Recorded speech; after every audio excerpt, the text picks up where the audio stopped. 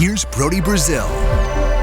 You know what's crazy about this video is that it's a topic I didn't even realize I had such a strong opinion on until I really started to think it through. It all started with a conversation among coworkers, and by the end of the talk, I'm realizing how ridiculous storming the field is here in 2025 because it happens so frequently. Like literally every weekend, once or multiple times, we'll see college students rushing the football field, storming the field after their home team wins the football game. I don't want to sound like an old man here. I promise I'm not trying to be that guy, but just looking at this photo and soaking it in for a second, it's dangerous. It's, dare I say, even selfish. At the very least, it's ridiculous the frequency of how much this is happening in current times. I'm not totally against this. Once in a while, I realize the traditional aspects. I realize it's been going on for decades.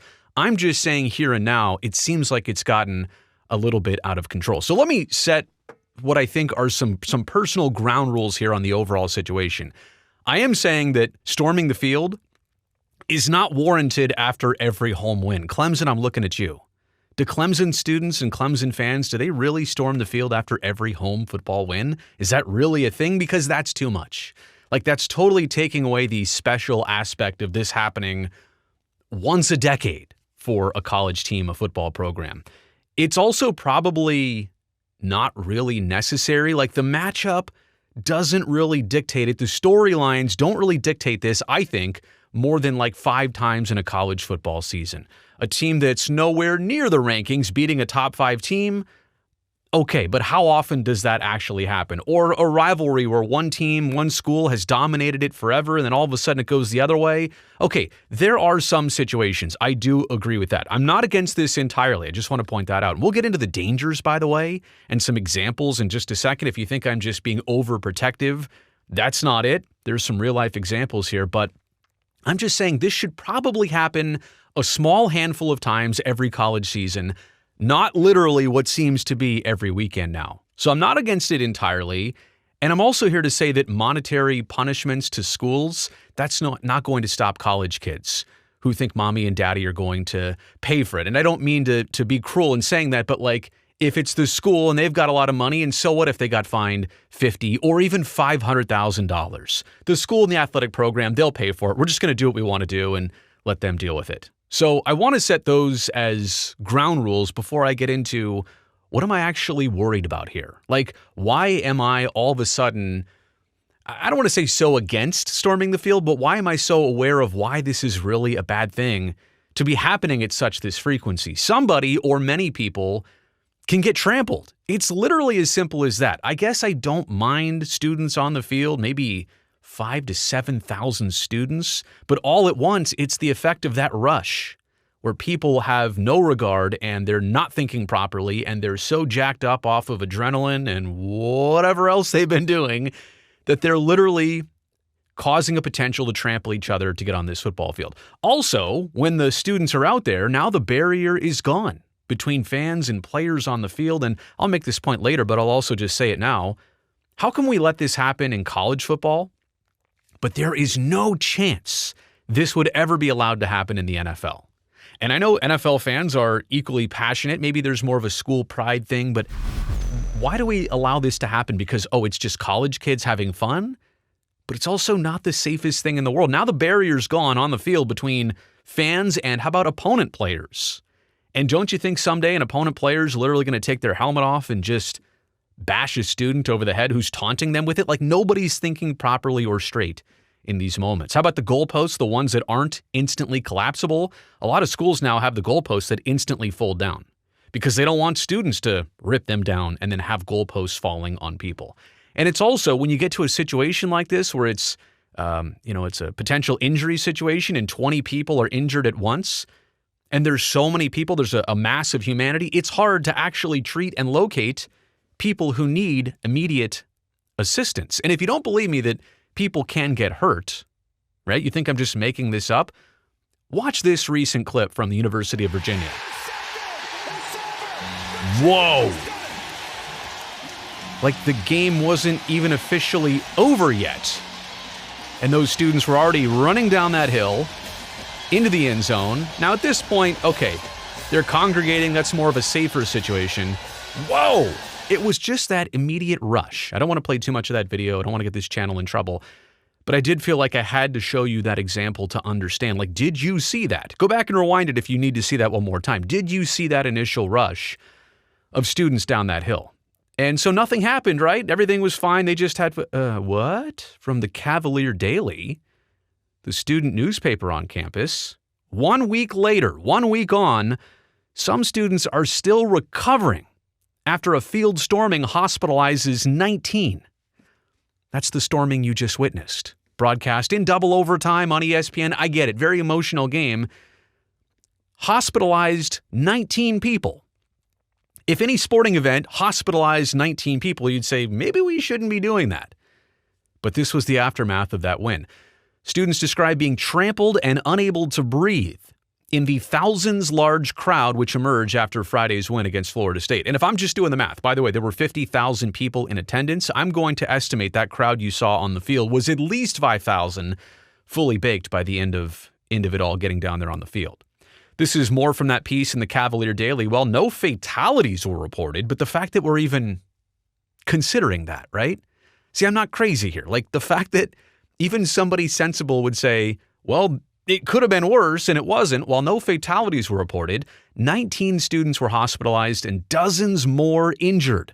Many students were crushed or trampled as the crowd surged down the steep hillside adjoining the student section. Event staff and university police pulled students from beneath the pile, and several were carried out on stretchers. One student who preferred to remain anonymous because of their experience, well, they didn't want to get in trouble and they also don't want to be embarrassed, was carried out on a stretcher after being pinned in the rush and unable to stand. Unable to stand. The student later described the storm as, quote, being crushed into a human pretzel under the weight of all these students, end quote. Fourth-year Baton student Caitlin Winston, who ran down from the hill, also recalled the danger she felt and said she did her best to remain on her feet but eventually fell. Quote, it was like dominoes. Everyone started falling and I fell on my friend. I was sandwiched between my two friends and we were all yelling, help, help us, Winston said. University event staff, police, and EMTs were on site to maintain order, but the rush unfolded so immediately that Florida State players had not even yet cleared the field. Well, of course not. You saw it. They were not even on the field of play, like they were on the proper dimensions of the field. Players were in the end zone still. Had not yet cleared the field when the fans surged forward. The ACC later fined the university, $50,000. But again, kids don't care about that. That's somebody else's money. These are not people with financial responsibilities, so to speak, yet. They're also not fully developed as adults. 19, 20, 21 years old, you're really more like 25 when you're fully coherent about these types of things. Fine the university $50,000 for violating its prohibition on field storming. In the immediate aftermath, staff focused on aiding students who could not stand on their own, even as others sustained injuries, according to the anonymous student. So I'm also going to show you another event here. This was from about a year ago, October 2024, in Nashville. Like, this is Broadway. There's Bridgestone Arena, like the heart of the honky-tonks. Vanderbilt wins a football game a couple hours prior. Vanderbilt fans, they stormed the field. They took the field goal posts, one of them at least. After beating Alabama, they carried the field goal post nearly 3 miles from the football stadium right down Broadway, and they threw it in the Cumberland River. So on one hand, like, I could say all this stuff about, well, it's not safe, I'm scared, I'm worried. Like, can we do this a little bit less? Can we tone this down and minimize our risk? I don't know that I ever want to stop a story like this from ever happening. Now, I can't say I'm condoning this or I'm promoting this, but like, this is a sports story of legend right here, that fans were so excited they took the field goal post and threw it in the Cumberland River. That sounds like a story you'd hear from 1927. You know what I'm saying? Like, that can't even be true because we don't have the pictures. Well, no, like, we've literally got the video. That actually happened. Here's the proof. So I don't want to stop cool things and like, oh my gosh type story tale things from happening. And I guess this was safe. It's a little more controlled, I suppose. But I just feel like the storming the field part, we do not have that under control. I don't want to lessen fun of college football, but this happening so frequently isn't so safe. 5 times a year, maybe that's once every second or third week. Okay, but I'm watching last weekend. Colorado beats, was it Iowa State? Huh? And that necessitates storming the field? And to some degree, maybe it was less amount of people, not 5,000. Maybe I hope nobody got hurt, but I don't know. But it's just like the reasoning. We're coming up with any reason, any game that feels like, oh yeah, we feel good about that. Let's storm the field. It's just happening too frequently.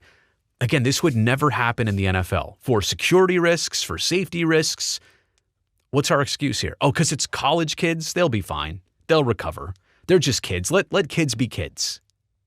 I mean, they are adults. I don't think they're fully responsible adults yet. Clearly not. But why do we allow this to happen in college football? And again, there are ways around this. Can you stop this? That's another part of it. Can you legitimately stop this? Or can you make the penalty so severe? Can you say, all right, if you do this, forget $50,000 to your school.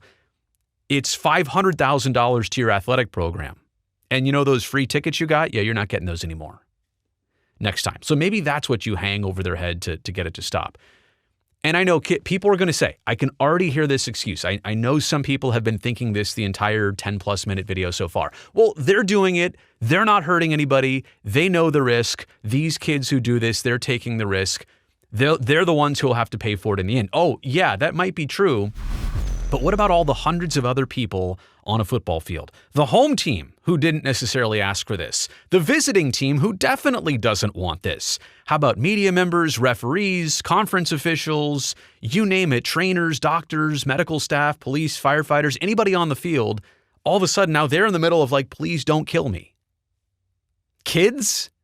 Any kid on the football field having to get stormed by a 19-year-old full of whatever, testosterone and you name it, and it's like you have to let that happen around you. It seems selfish, right? And that's the last point I want to make here. Storming the field, like the team just did something. I know it's about the school. I know it's about the fans. The team just did something. And now the students have to make it about them. Oh, we're going to rush the field. And again, I'm not totally against it. It's not my favorite thing. I'm okay with this once in a while.